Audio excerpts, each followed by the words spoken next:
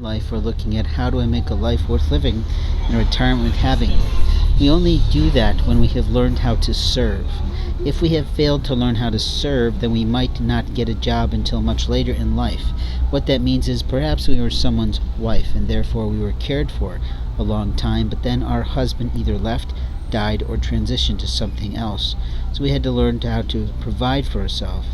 There's plenty of women out there in the world who are more than happy to be a trophy wife.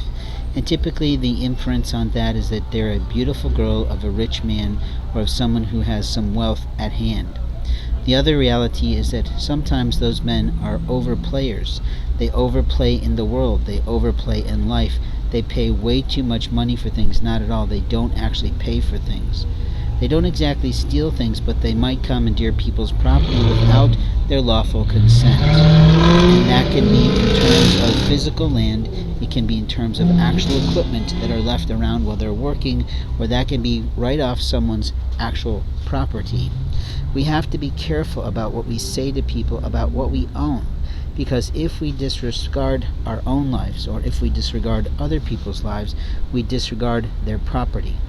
A person's life goods belong to them is something that we know from the United States Constitution. We also know that their personhood, meaning their personhood, their body, mind, soul, and spirit, also belongs to the individual. The upcoming Marx Law really makes that perfectly clear, so that no one again will believe that they have the right to commandeer or abuse someone else's body. There's plenty of human trafficking going around in the world, but there's different shades of human trafficking if you think about it. There's something that is called professional networking, and we are actually trafficking other people's professional skill sets. It's sort of a part of the job liaison network. It's sort of a part of the employment network. And if you're producing an organization or a group that professes to help people to earn more living or helps people to get more connections, then you could be liable for your advertising, especially if you're not actually doing that. In my business forum long ago, we had several large events that provided us an opportunity to meet quarterly. Those events were usually held at a very lovely large institution of historic relevance in my community. At the same time, there was a good 40 to 50 people in the room, so there was plenty of mixing and mingling, and I made sure of that, because the one thing I hated about going to local chamber luncheons is that there was absolutely no time, even before the event, to mix and mingle with other people who were doing business in the community.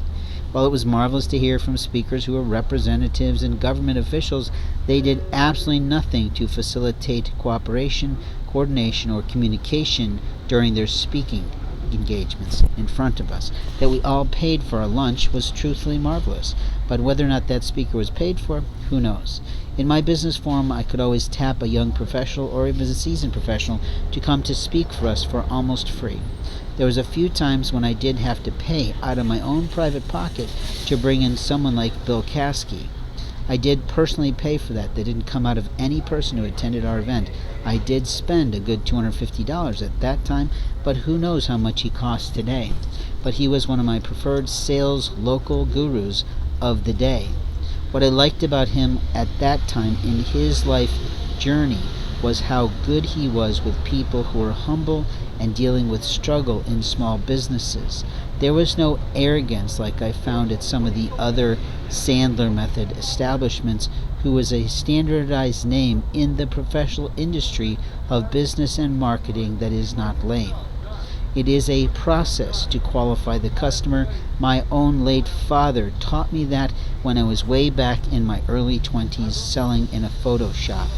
And my job was to make and keep customers, but at the same time, my job was to qualify a customer to the point that they did not want to return their equipment or bring their money to us and then take it back. There are those type of people that will buy something, use it, and return it, but there are other people like me who know that is immoral and somewhat unethical. People like to do that. I didn't know this, that some young women like to do this. They will buy something to wear to an event, wear it, and physically pretty much ruin it, but they'll leave the tags on and try and take it back. How rude, how immoral, how unsanitary in a day and time of both the flu, the avian flu, or something as marvelous as this worldly renowned epidemic called COVID.